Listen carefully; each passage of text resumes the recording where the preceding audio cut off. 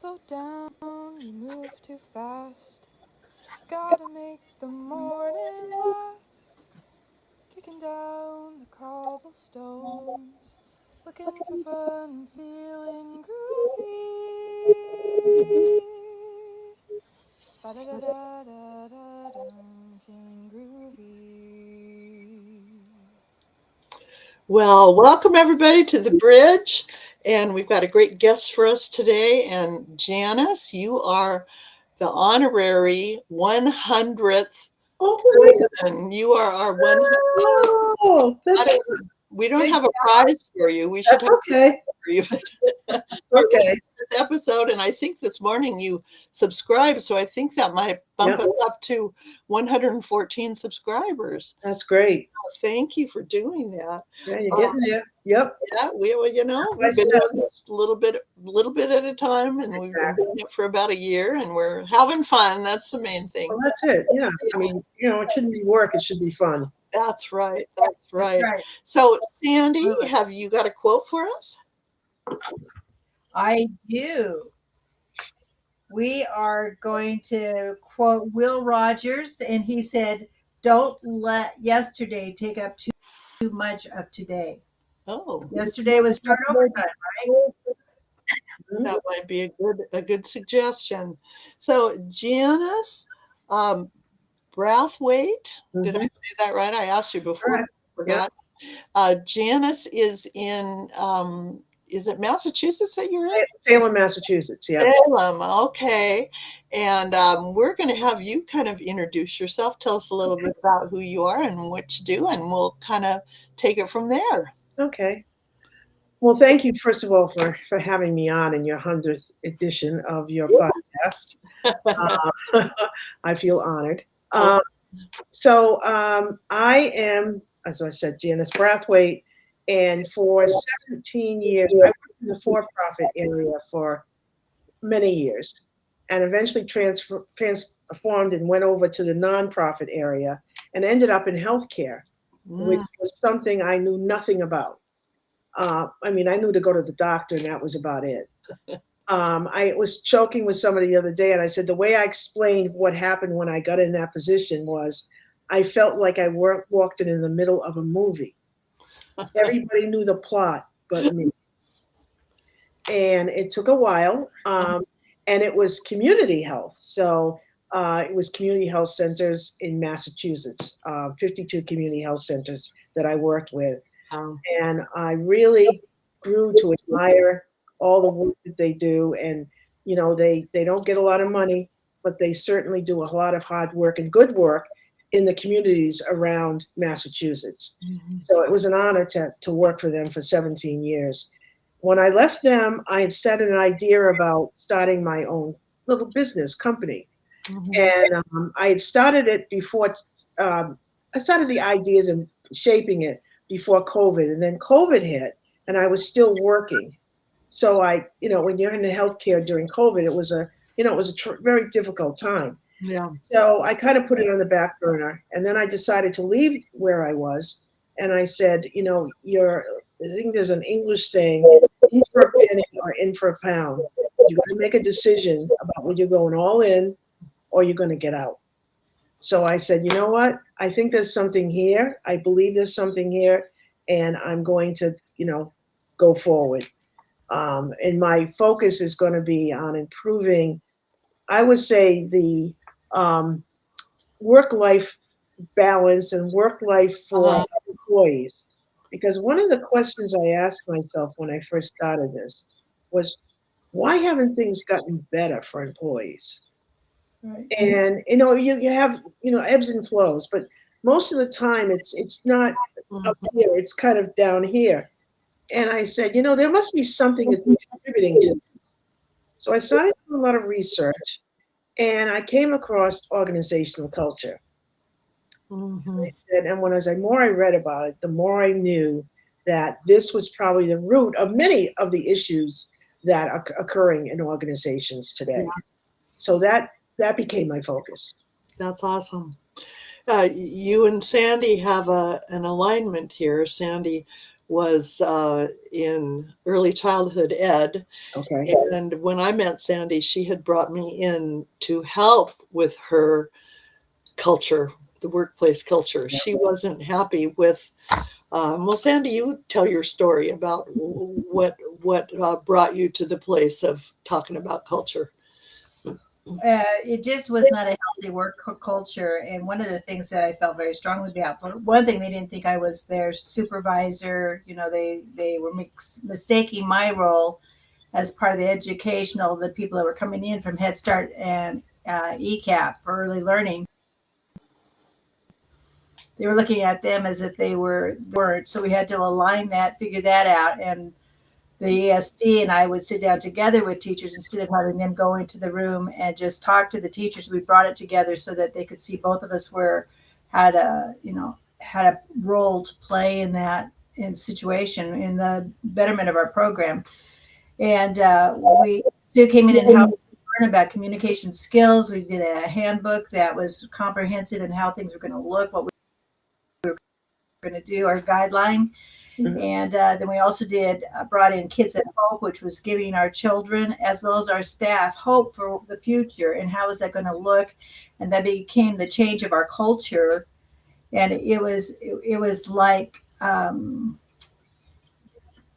you could just see a huge difference. The competition was gone. People were not talking behind each other's backs.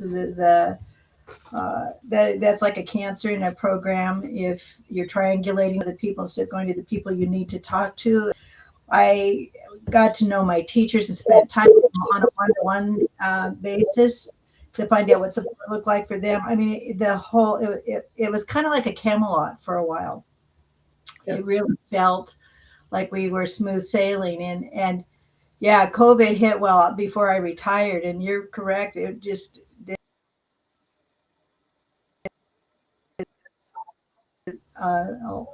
made things really difficult for so many different entities we saw a big difference when we had a guideline that we had in place and holding people accountable for that guideline and having them be a part of the conversation. We had committees that it wasn't just, we're going to dig a ditch and fill it back up. You really are going to make an input to what we are going to do and assignments so that everybody who was on our committees felt invested. It made a big difference. Yeah. Yeah. So Janice, you came in, you went from profit to nonprofit. Then from nonprofit, you kind of jumped and became an entrepreneur, started your own business. Yes. And I know you've got that great protocol. This you kind of come in with a really wise kind of blueprint. Right. Can you tell us a little bit about that and maybe how you said you did some research, but how'd you find out and how'd you get so smart?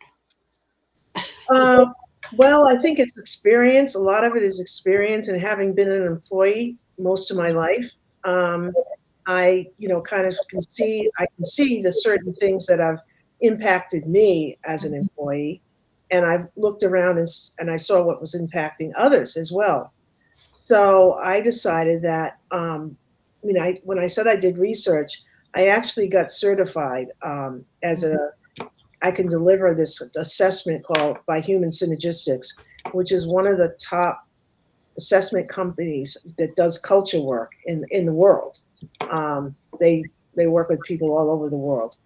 And I think at that point I realized there was a framework there, that there was a process that you could go through to help an organization get to where they wanted to be.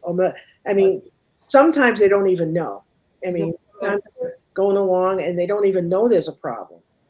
So there's a lot of things you have to do around diagnosing the issue, talking about how are we going to impact the return on investment, which is something that everybody wants. If you're doing any kind of training as a leader, you're going to say, well, what are we getting out of this? Yeah.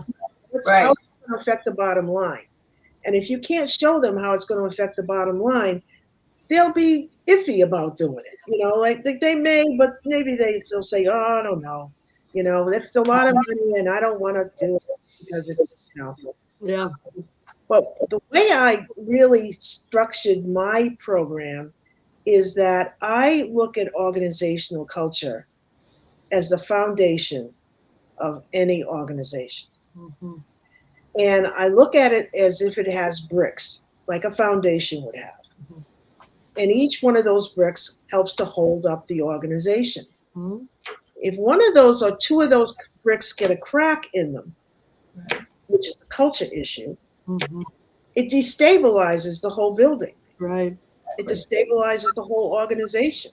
Right. So you've got to find a way to make it so that people have a way to kind of walk through this and without blame. Because I think a lot of times when leaders hear the words organizational culture change, what they hear is everything I've done up to this point has been wrong Yeah. and that I need to change that. So my structure is I always start at the top of the organization Mhm. because I feel like you cannot push change from the bottom up. Yeah. Right. The leader is not in the mix or believing that this is something that needs to get done. It's not going to be successful. No.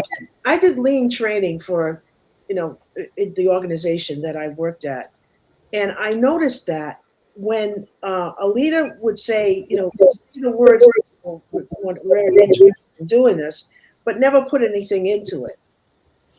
So the projects that they did were okay for a little while, and then they kind of fell off the cliff Sure. Mhm. because nobody there was holding anybody. You said the words accountable. Mhm. Nobody was holding anybody accountable for making sure that this thing went along, progressed as it should go. Mhm. So having someone at the top, like a CEO or a COO, is my main focus at the very beginning. Mm. And I listen to them. I meet with them. I talk to them and find out. And I ask them, so what are some of the things that keep you awake at night? Because I want them to talk. I want them to tell me Mhm. what's going on as far as what they see. And then usually after I met with them for maybe an hour or two, I meet with the leadership team Uh-huh. because they're the ones that are going to be over the umbrella over the Yeah. organization. And it's interesting that I've noticed that sometimes the leader has one thing that they think is working well, and you talk to the leadership team, and they're like, "Oh no, mm-mm, that's not working." You know, Yeah. I try to tell them, but and by the time you get down into the main line, the front line, Yeah. they know what's going on, and Sure. they know what's not going on. Right. I say there are two different groups you can talk to that'll tell you the truth. A nurse, Oh, sure. the front line. Uh-huh. They'll tell you exactly how it is, Yeah. what's going on. Yeah. So there's a chasm or a breach between the top and the people that are doing the work. Yeah. So that's when culture starts to get really wonky, Sure. Mhm. Oh, yeah. and people don't really know what we stand for. What Yeah. who are we? You Yeah. know, Yeah. as part of this, I do value driven hiring training, and I believe that if someone doesn't share the beliefs that you have in your company, they're not going to be successful. Yep. Mhm. You Yeah. know, it's like swimming against the tide. Yeah. And so you've got to find a way to figure out before you bring someone in, do they have that? Are their values aligned with the organization's? Sure. Yeah. And I did patient experience training, so I worked a lot with the front line at one point. And sometimes they would say things like, "Well, I don't understand why these people don't have insurance. I have insurance. I have to pay for it." Well, and I'm saying to myself, what are you doing in a community health center? Yeah. Yeah. We serve everyone, no matter their ability to pay. You got to believe that that's something that's good. And they just kind of didn't get it. And I said, you know what? They're not going to stay. Because when you feel like you're out of sync with something, Mhm. you have a tendency to get out of it. Uh-huh. You're like, I don't know. I just can't relate. Right, They right. No, wrong fishbowl. Absolutely. right. So Yeah. you want to step away, and that there you go. Now you've got a retention issue. Mhm, mhm, So if you're a little bit more structured about the way that you hire, mhm. Right. then you're stand a better chance Yeah, of getting someone who's going to be able to relate to right. what you do. Yeah, and it has to match, and the people hiring have to know what those issues are. I Right. mean, they sometimes get desperate and like somebody's personality, but it's not a match, and it's so very important. I mean, Absolutely. I learned Well, that lesson. I used to run an AmeriCorps program. Sorry, called a Community Health Corps, and in the first couple of years that I had the program, I kind of did like the regular interviewing and asked the same questions and looked at their resume and that kind of thing. And I realized I wasn't getting the quality of the people that I needed, right. because these people were going to be out in the field and they weren't going to be where I am. So they're going to be working for somebody else. And I was like, something's not right. So then I really started looking at, how do I dig deeper to find out who this person really is? And Uh-huh. that's really what drove me to value driven hiring. Because once I started doing that kind of hiring, the quality of the person in the job, in the position, rose. Wow. Right. And the other thing I learned from that experience is never break your own rules. So at one point in time, someone referred a Harvard graduate to my program, and it was a leader in the organization. Yeah. And I just assumed that he knew this person. So the guy came in very personable, and I did what I call a shucks and howdy interview. It was nothing, there was no meat there. Right. The very first day of orientation, I knew I had a problem with him. And it turned out to be very difficult to work with him. And I said, one time he just took off and went to Michigan and he was not going to where he was supposed to be. And, so it was a lot of different things. And I said to myself, it's either you broke your own rule. If you say you do this, you've got to do it with everybody, Yeah. no matter Absolutely. what. Yeah, absolutely. So can you give us an example of one of your value-based questions that you would ask somebody to kind of get to the dig deeper? Um, well, you can ask a question like, tell me how you deal with conflict. Okay. Mhm. And not ask a question like this. So tell me about a time you had a conflict, what you did about it, because now you're leading them. Okay. So you got to leave that last part off Uh-huh. and just ask, how do you deal with conflict? And if they, go on, you say, well, give me an example of that, Uh-huh. and they give you an example. But so I really base all of my questions on the values that I'm looking for in the person that's going to match the organization's values. Uh-huh. And I'll tell you another story. I was a man. I was in an interview with a manager, and we were interviewing, teaming to interview this person for a position. And the person was very qualified, and all the rest of it. So I asked this question: tell me what would make you want to leave this organization. And they said, wow, that's a really good question. People usually say that. That's a really good question.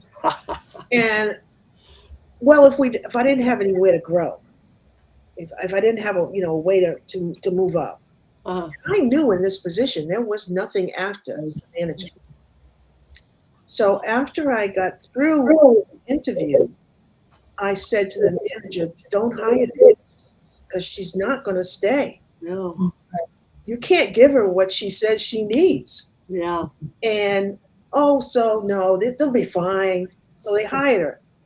9 months later, she quit. Yeah. She gave her notice. And I said, I'm going to ask her a question before she walks out of this building. So remember when we were in the interview and I asked you this question, what would make you want to leave this organization? And you said, if I didn't have anywhere to progress. Mm-hmm. Is that why you're leaving? And she kind of sat back and said, yes. Yeah. Yeah, I see there's nowhere to go. Yeah. Believe what people say, Yep, because they usually tell you the truth. exactly. Well, spend money and time and effort into training your team, and then I mean, you're shooting yourself in the foot when you're, like you said, Janice, if you're not really being clear about your expectations for people that are coming on board and what you want to see as far as going down the road. Mm-hmm. There's so much you put so much time and effort into this training process that it really is tough when you do not have somebody who's Right. giving Yeah. at least a couple of years of Yeah. It's the most expensive thing to do. their commitment. It costs, like, on average about $5,000 to replace an employee. And the higher you go up in the organization, the cost just continues to rise. Sure. Sure. So you have to be very, very careful that you don't, that's money that could go towards something else rather than having to rehire somebody for a position. Right. And they can, I mean, and it takes a while to establish the trust, Exactly. and the credibility, and the accountability. Oh, that's very, very good. I'm doing some training, a training class for an organization called Maven. And Maven is a company, or a group of people, I guess it's a company, that you put up a course online on their system, and then you do what they call a lightning session, which is about 30 minutes. And you get kind of a feedback on how it's going. Uh-huh. So I did that, and now I'm getting ready to do like a 3-session Uh-huh. on value-driven hiring, because that's the course that I put up there. So I'm hoping to, get people on board to understand that this is something you really have to do. I mean, there's a lot of people out there now not working. You want to get the right person, even if there's a plethora of people not working. Right. Absolutely. But the Right. caveat is the upper people need to know who they are and what their values are. And very often they think they do, or they're reading it out of a manual, and Yep. it isn't really what the organization stands for. Yeah, I wrote a newsletter about a while back, on, I equated it to the Wizard of Oz, leaders to the Wizard of Oz. So the Wizard of Oz sits behind a curtain, and everybody assumes that they're big and bad, and no, they don't care, and all the rest of that. Leaders have isolated themselves from their employees.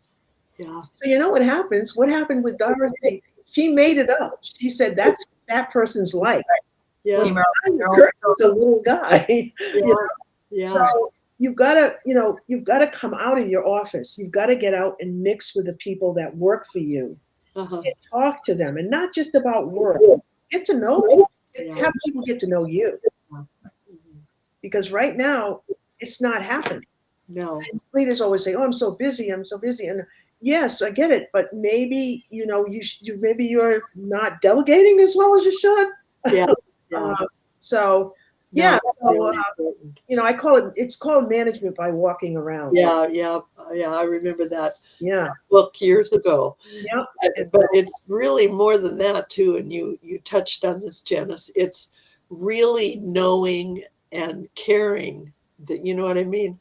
Right. Find out, maybe what their family's names are, or what, just getting to know, really seeing and hearing them. Not only does that help build that culture, but it also lets them feel valued. Right. Exactly. Really care about. Well, it makes you seem with your staff, you are more approachable to them too. Because, like you said, you're not the Wizard of Oz behind the curtains. But I remember doing walkthroughs and stopping by classrooms and session and stuff.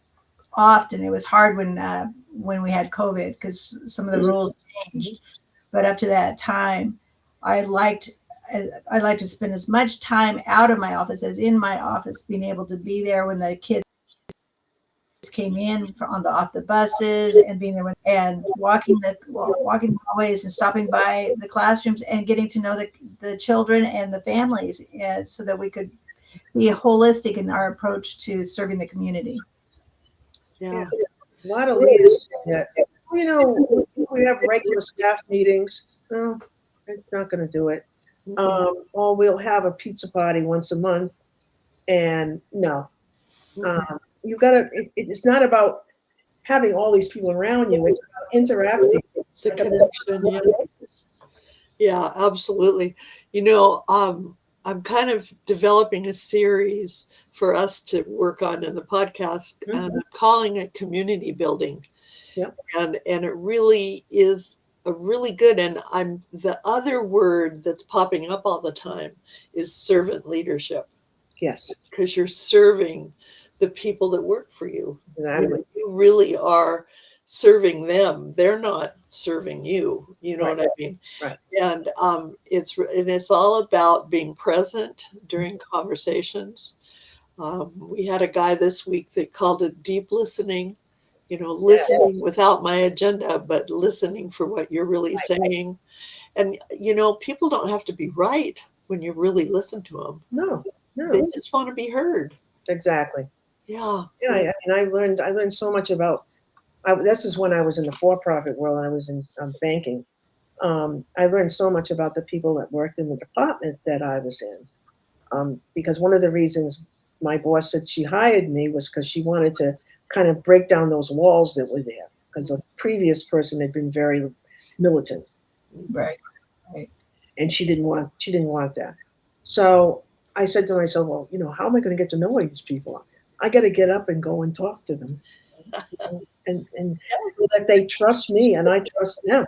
Yeah. Because we're working with well over $1 billion every year in cash. Yeah. You have to build some kind of trust level. Yeah. With people that are there. Yeah. Oop. Oop.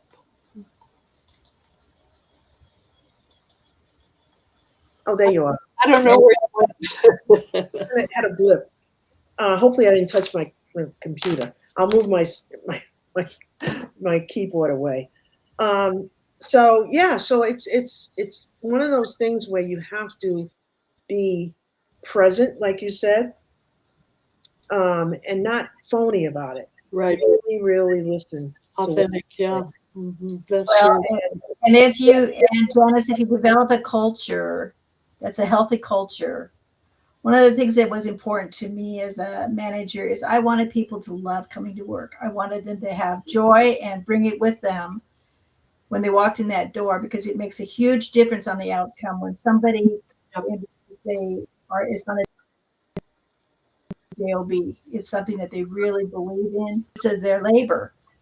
And it was important to me to have people know it was a safe place to come. And part of that, like you said, is accountability, holding people responsible, not in a militant way, but you keep having conversations with them, and you keep observing, and you keep watching what they're doing in the classroom, or in your case, medical situation. And it makes it coming to work, not every day, but you can still find the joy, even if you have tough things going at home. You can walk in the door and say, that's behind me right now. Today, this is what I'm bringing to the plate to make a difference in people's lives. Mm-hmm. And be honest. That's the other thing. Yeah.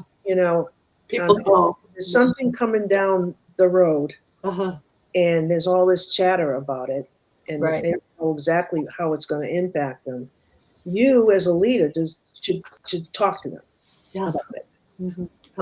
And I had a leader in healthcare where many times we didn't have the grant hadn't come in or whatever, and they were kind of struggling with money, and the leader would sit up there and say, we're concerned about this, but I believe that we're going to get through it, and we're going to get through it, and we're going to get what we need. And sure enough, everybody else believed it too. Yeah. And because, you know, every time that happened, it happened multiple times. It wasn't just like one time. But I always admired that they were upfront about that. That money was short, and you know, that they would, you know, hope they're trying to bring money in so that they can cover the shortfall. But we have to see what's going to happen. Yeah. People know if you're not honest and authentic. You know, it's the energy is different. Right. And they know when you come in and you really care about them. And it can't be phony. No, because people can see right through that. Yeah. You know, I've seen people interact with employees, and the employee's not even buying it. No. No. Okay, you get the under the cover eye roll. Right. Exactly. Yeah, exactly. That's a good way to put it, actually. Yeah. So, and then when I was in banking, I developed what they call self-directed teams. And the reason there was a reason behind why I thought this was important for this particular group in this particular situation, because they were constantly under camera. They were in rooms that they had to lock. It was very, very security conscious. It was very about security, keeping people's money safe. And I said, you know, they have no say about a lot of things, but maybe there are some things they can have say about. And I said, you know, maybe there's some people in this group that have talents for counting certain kinds of deposits. Right. Huh, let's see what'll happen if I say to them, and I did, listen, you know this better than I do, and you've been doing it much longer than I do. I've been here. What I'd like to do, and what I'm going to do and ask you, is that every morning you meet together and you make a decision about who's going to be in what room. And of course, they looked at me like I was crazy. So one person said to me, well, you're the manager. I said, no, I get that. But you know this better than I do. Yeah. I can set you up, but I could set you up all wrong. Uh-huh. You know, and every morning they would get together for 10 or 15 minutes, decide how they were going to set themselves up for the day. And it just empowered them. Sure. Yeah. The internal accountability. Yeah. Absolutely. And they had a voice. Yeah. And, that's awesome. So, Janice, you've been in many situations. I mean, you were corporate, you were nonprofit, you were community, which is kind of a different step than just nonprofit. Right. And then now you're an entrepreneur. Boy, what would you say are one or two of your leadership skills that you're really proud of and that you know you have? Well, I see myself as a mentor, number one, because I want people that are working with me to progress in whatever they want to do. Right. You know, I'm not just a leader, but I'm a mentor. Okay. And the other one is that I'm authentic. People have told me this. You know, you're very authentic. What you see is what you get. You know, and that authenticity, when you're dealing with employees, comes across as something that they say, "Well, I know who she is." Yeah, very valuable to this. Yeah, it's one of the most important pieces. One of the things that I always said, I said, never ask my staff to do something I wouldn't do. So if I was that we had work on a Saturday, I would come in on Saturday. I didn't have to come in. Yeah.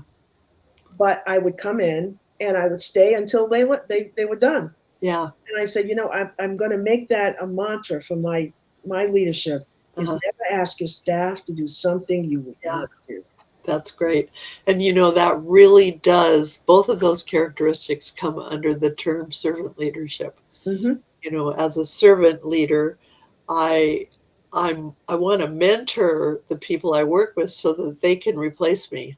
Exactly. You know, and then authenticity is key to communication.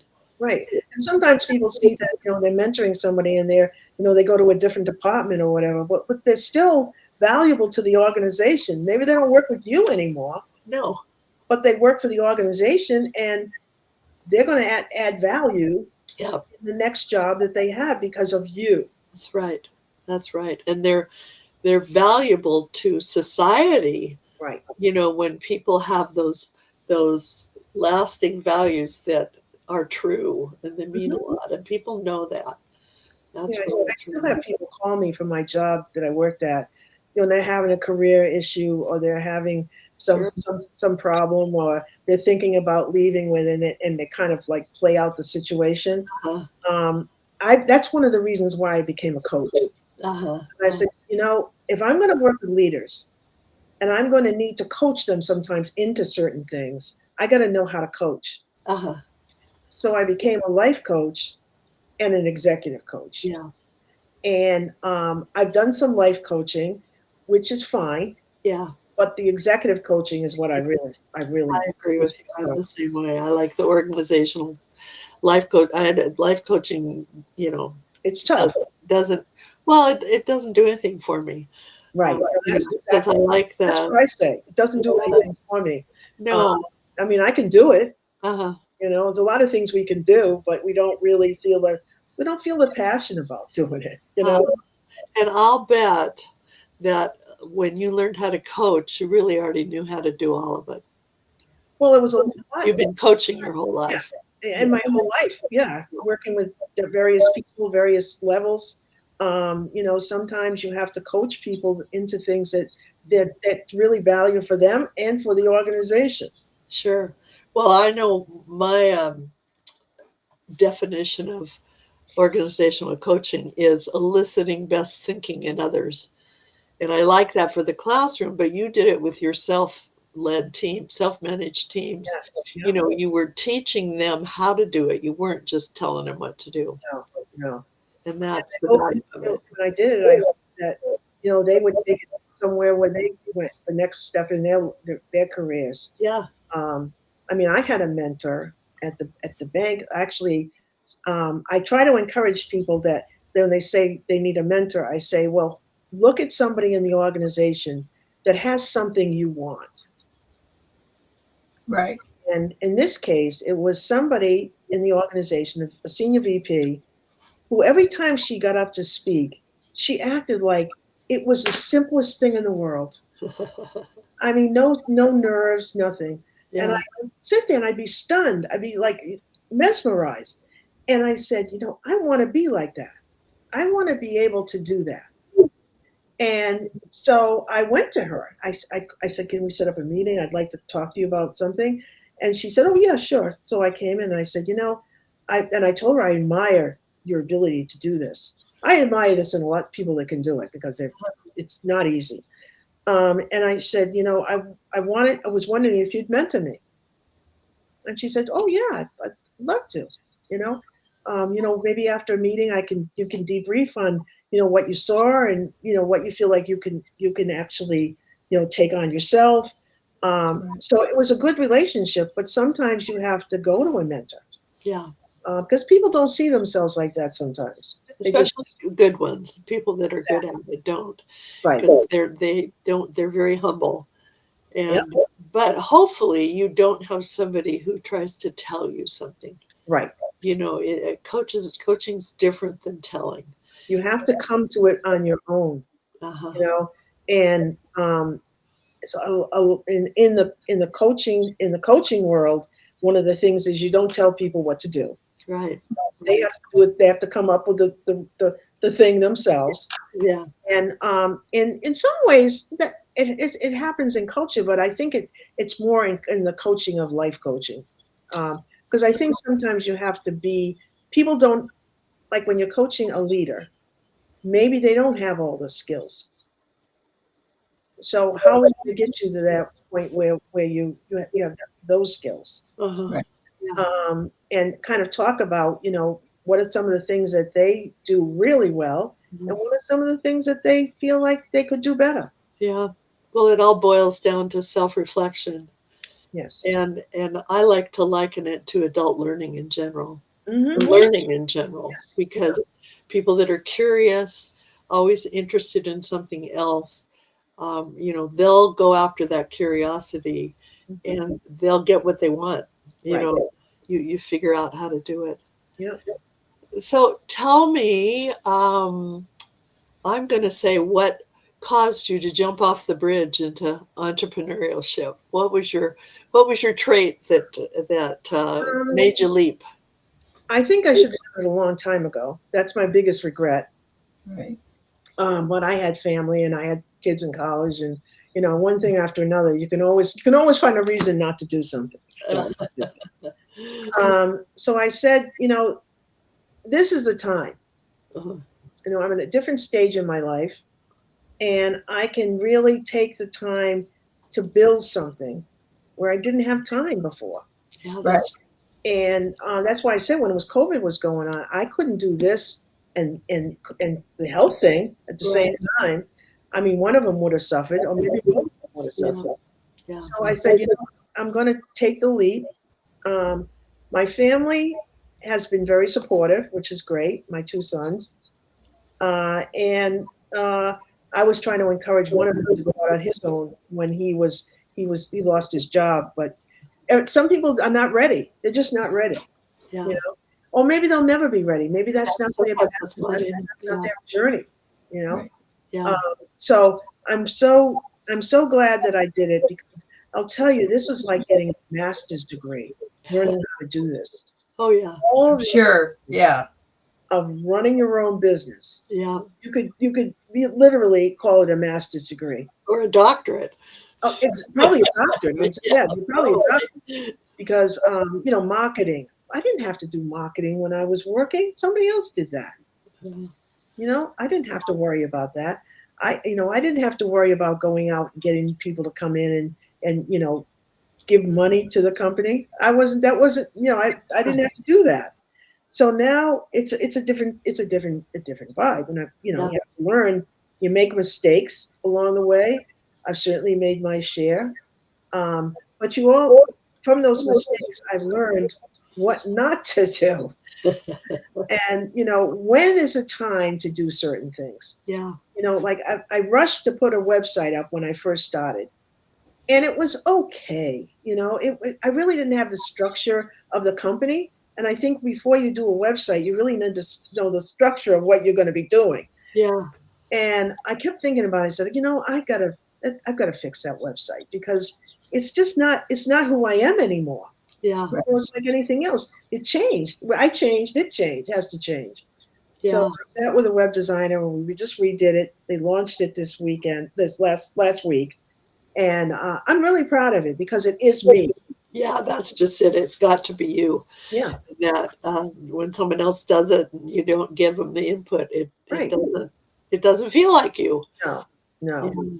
yeah, So I'm really, really glad that I took the chance to revise it, because the other one, I didn't even want to direct people to it, because I didn't even like it. I didn't think it was good. So why would I send people there? yeah.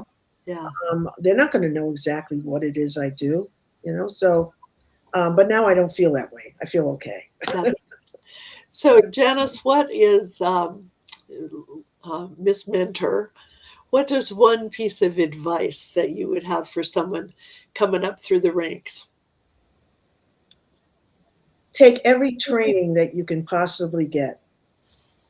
And even if you think it has nothing now to do with your job, I say this: it's like a toolbox. You put that tool in the toolbox, and someday down the road, somebody's going to say to you, "Hey, I need somebody to do budgeting. You know how to put together a budget?" And you're going to go to your toolbox, and you're going to say, "Yeah, I do. I know how to do this." So take advantage of as much as you can, in as far as education. Yeah, And free education, if you can get it. It doesn't even have to be formal. Like things that people put on LinkedIn, or I'm taking one on building a better presentation. I've taken it once. uh-huh. I'm taking it again, because I Yeah. want to make sure that I got it all. So that's what I would say. That's great. Take advantage of the trainings that are available, even if you don't feel that they really impact your job. Right. You never know. Yeah, that's great. You are definitely a lifelong learner. I, that's what I hope to be always. Yeah. So we kind of end with what's one takeaway? We're going to start with you, Janice, and then Sandy, and then I'll close.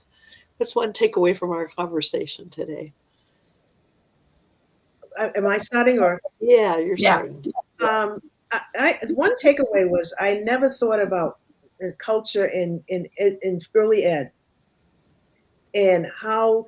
And when you think about it, you've got teachers, you've got a foundation of people there who are serving another group of people. Yeah. And if they don't know what the culture of that service should be, then they're probably not going to be able to serve your people the way you want them to be served. So it was really interesting. It's interesting to hear how people come from different types of businesses or organizations that see this very clearly. Yeah. Yeah. Good. Sandy, take away. Well, I love your reminder about never asking your staff to do something that you're not willing to do. Leading by example. I think that that is a big part of good leadership. If you are sitting out shouting orders, it's not going to work. It's not going to be a healthy work environment. It's not going to be an inspiring work environment. And that's really what I wanted to do as a leader, is inspire people to come to the plate and be the best they could be on that day. Yep. That's And then the kids are happy. I mean, if you, I love the analogy of, when you're a classroom teacher, you feed your sheep, which are the kids. But once you go into administration, your sheep are the teachers. They're not the kids anymore. It's a different layer. So that's good. But you really, I love the fact that you see yourself as a mentor and a servant leader. That's absolutely perfect. And the other piece about culture is I like to tell people that your family is a culture too. yes. That's where we learn our leadership skills really is as we, Yep. teach our family and have culture pieces there. And it's important for it to be positive Right. and learning worthy. So, Mm-hmm. oh, Janice, thank you so much for coming on. We're going to ask you again to come on. And if you have anything you need to tell us, and we'll make room for you to come on. Okay, anytime. Just reach out. Okay. Okay, I will do that. So we're going to say goodbye, but hang on because we want to do a little debrief after we shut down. And Okay. Sue, happy 100th, happy 100th. Yeah, happy 100th. We're going to have to find some sort of a bonus. Janice, bonus to give you, woohoo! Janice. Thank you for coming on and celebrating with us. Okay, bye everybody, and we'll see you soon. All right. Take care. Bye.